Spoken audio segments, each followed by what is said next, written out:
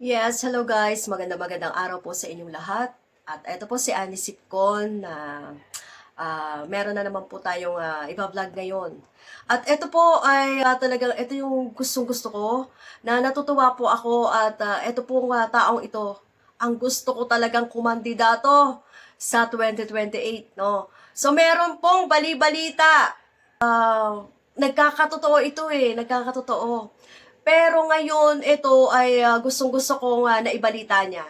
Dahil nga, si Trillanes ay ito raw ba ang pambato? Ha? Ito raw ba yung pambato ni PBBM sa 2028 bilang presidente? Bilang siya yung tatakbong presidente. Ay, gusto-gusto ko po yan! Matagal ko na pong sinasabi yan sa inyo na si Trillanes po ay gusto kong kumandidato bilang presidente. Well, sabi naman nila, mayor nga lang raw, hindi pa nanalo. Ay, alam naman natin yung nangyari noon eh. Pero sa napakarami niyang ginawang kapaki-pakinabang mahalaga sa bayan. Sumusugpo siya, lumalaban siya sa mga korupsyon. Yun ba ay hindi pa sapat para mamuno siya sa isang bansa? Ayaw niya po ng korap. Parehong-pareho sila ni PBBM. So pakinggan po natin ang vlog nitong aking idol. Idol ko to, si Kent Garcia. Meron akong napanood sa kanya kagabi tungkol kay Trillanes at PBBM. Dito tayo kay Senator Trillanes. Ano ba yan, Kent? Yung kay Senator Trillanes, mga kababayan, bali-balita ngayon at may kumakalat, no? Na ni minsan mga kababayan, never binira ni Trillanes si PBBM. Nabalitaan nyo ba na binira ni Trillanes si PBBM? Hindi, simula pa man noon. Magkaibigan na sila.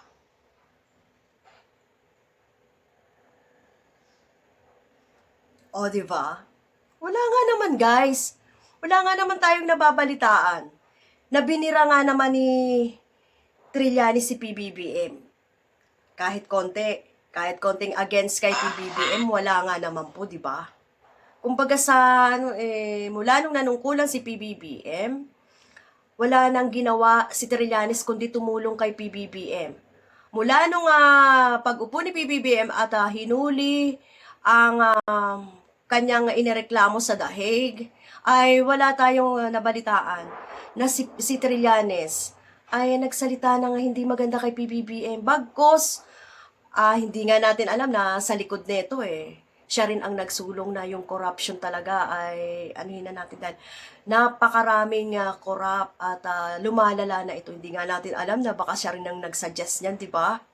So, yun ang sinasabi ni Kent na wala raw tayo, kahit ako, wala tayong natatandaan na pinag-diskusyonan nitong dalawa. No, nagkasama ito sa Senado noong senador pa si Trillanes at si PBBM. Kaya magkakilala na sila at alam na nila yung kanya-kanyang ugali nila. So, pakinggan pa natin. At may kumakalat ng balita ngayon.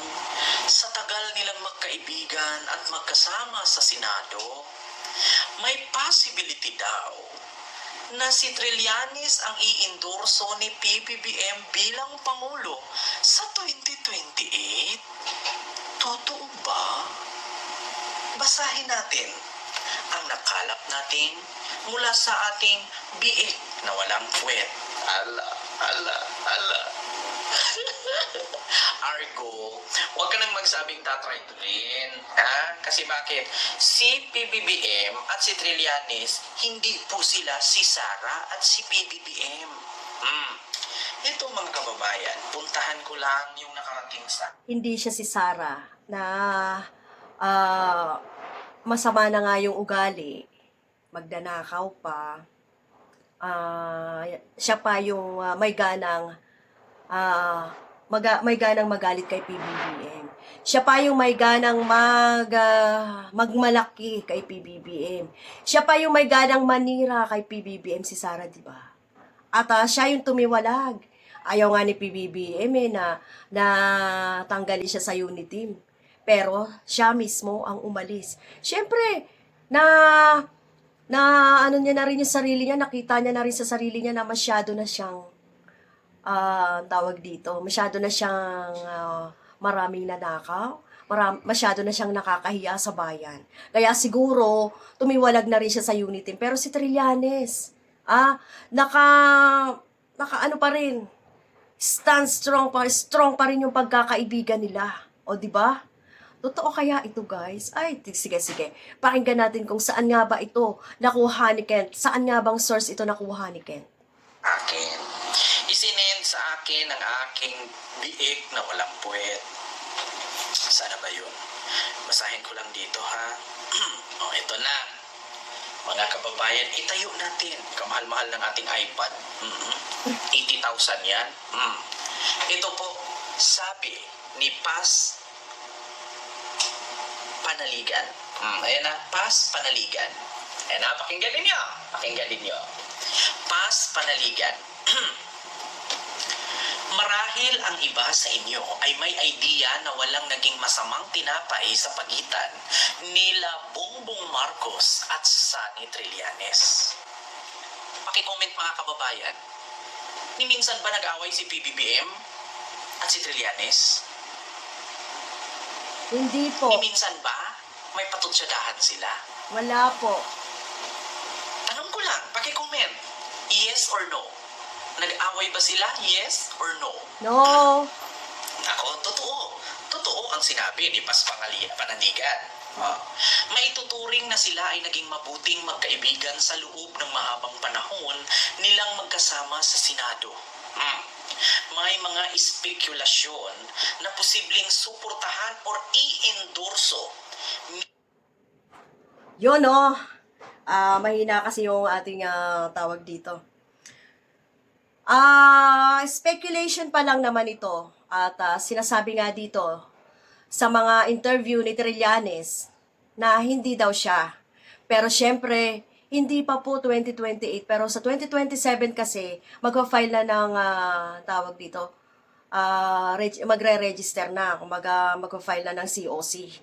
Okay? So doon lang natin malalaman kung magpa-file nga siya. At wala rin siyang magagawa kung talagang pupursigihin siya ng ating Pangulo na siya ang mamuno. Dahil ano na si Trillanes, hinog na eh. Lumalaban siya sa corruption. Oo, nakulong siya. Dahil nga, ayaw niya ng corruption. Hindi siya umaayon kay Gloria Arroyo noon para sa katiwalian. Gusto kasi ni Gloria Arroyo noon, maging tiwali siya. Umanib si Trillanes sa kanya para maging tiwali kasi tiwali nga si Gloria kaya nakulong siya. Alright? So, yun ang mga pahayag ngayon ni Trillanes na medyo hindi muna siya tatakbo ngayong election na to. Pero malay, bilog po ang mundo, bilog ang bola, maraming pwedeng mangyari. At syempre, si Trillanes po ngayon ay nananawagan ng Uniteam. Sabi nga dito, nananawagan ng Uniteam sa mga Pinklawan, Dilawan at mga loyalista. Pwede naman talaga, ngayon nga nakakapagsanib pwersa na kayo para labanan ang mga Duterte. Pero why not? Pagka sinabi ni PBBM na si Trillanes, si Sentry ang ating suportahan sa 2028, why not hindi talaga tayo magsasanib pwersa, di ba? Kasi si Lenny ano naman Robredo ay mayor naman meron pa siyang pinanunungkulanan ngayon. Okay, diyan sa Bicol. So, kung si Trillanes po ay magiging Pangulo ng Pilipinas, talagang botong-boto po kami.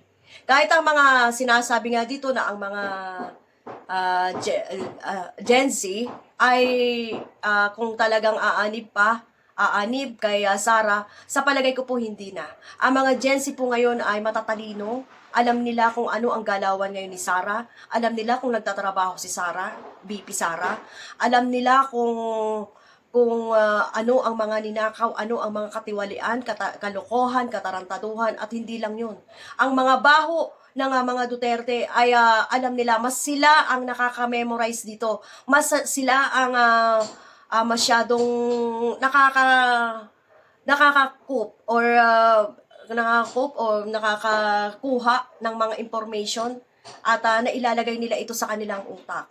Alright? Sila yung masyadong matalino para mag-analyze ngayon, no? Pera na lang doon sa mga gumagamit-gamit ng ipinagbabawal na gamot. Wala na tayong maaasahang mag-analyze pa yan kung ano ang mga ginawa ng mga Duterte. So, alright, yun lang ang ating may speculation, talaga namang para bang tinuturing na natin itong, ang tawag dito, hope. Hope natin para sa ating country. Okay, na maging 6th century ay next PBBM ng bansa. Hindi corrupt, hindi corrupt. Pag hindi corrupt, alam natin ang susunod na mangyayari, uunlad ang bansa. Yan lang naman ang importante, hindi corrupt. At grabe ito. Grabe nga ito magkalap ng mga ebidensya. Why na ito pagbigyan natin sa panunungkulan, di ba? Naging senador na rin. Oh, so hindi na natin masasabi na first time ito sa politika. Naging senador na ito. Matyaga siya maghanap ng mga ebidensya. So, pagka ganun, matyaga rin siya sa ating bansa kung paano niya hahanapin ang mga solusyon, di ba? Di ba, guys? Oh, gusto ko talaga si Sentry maging president. Oy, nako. Alam mo, nung narinig ko tong balitang to kagabi, tuwan-tuwa ako, guys. Talagang pinanood ko siya. Wow, sabi ko may ganito. Pero, syempre, speculation niya ni Paz Panaligan. Hindi ko nga alam kasi alam mo naman si Kent, maraming source yan na nagpapasa-pasa sa kanya or maraming nagre-research. May research team siguro siya. Ako nung nire-research ko, hindi ko makita saan kaya yan. Hindi ko alam kung saan website yan si Paz Panaligan. Talaga sabi ko, ako, nakita nyo, nagla-live ako, nagbe-video ako. Gusto ko talaga yung si Sentry. So kayo, may mga vlogger kasi dyan na may mga analyzing factor din kung ano yung mga na-analyze sila kaya Trillanes. Pero kung ako, hindi na, no doubt na. Wala na akong ka-doubt-doubt kay Trillanes. Pero yung ang isang demonyong na namahala sa Pilipinas ay naipakulong niya. Kumbaga, matyaga siya, tsaka matiisin. Basta, matyaga siya naghihintay kung kailan wala siyang sawa na doble-doblehin or magdulog ng kaso. Okay? Kung itinatago man to ng ombudsman, uulitin uli niya ang pag-file ng kaso. Diba? Para lang matugunan ang kasagutan, para lang maisakatuparan ang gusto niya na magbayad ang mga ganitong tao tulad ni Duterte. Gusto niya talaga pagdusahan, pagbayarin ang mga ginawa ni Duterte sa bansa natin. Alright, kaya yes for Trillanes talaga. No? Love natin si Trillanes, ha? Love natin si Trillanes. Hindi totoo. Trililing kayo ng trililing dyan eh. Baka nga kayo yung may tililing dyan eh. Trililing kayo ng trililing dyan. Yaan ba? Ang inaakusahan yung may trililing? Yaan yung tumutulong sa administration ngayon. Siya yung may pinakamalaking ambag ngayon. Tandaan niyo yan. So yun lang guys, maraming salamat sa inyo. At this is Annie Sipcon. God bless po sa inyong lahat.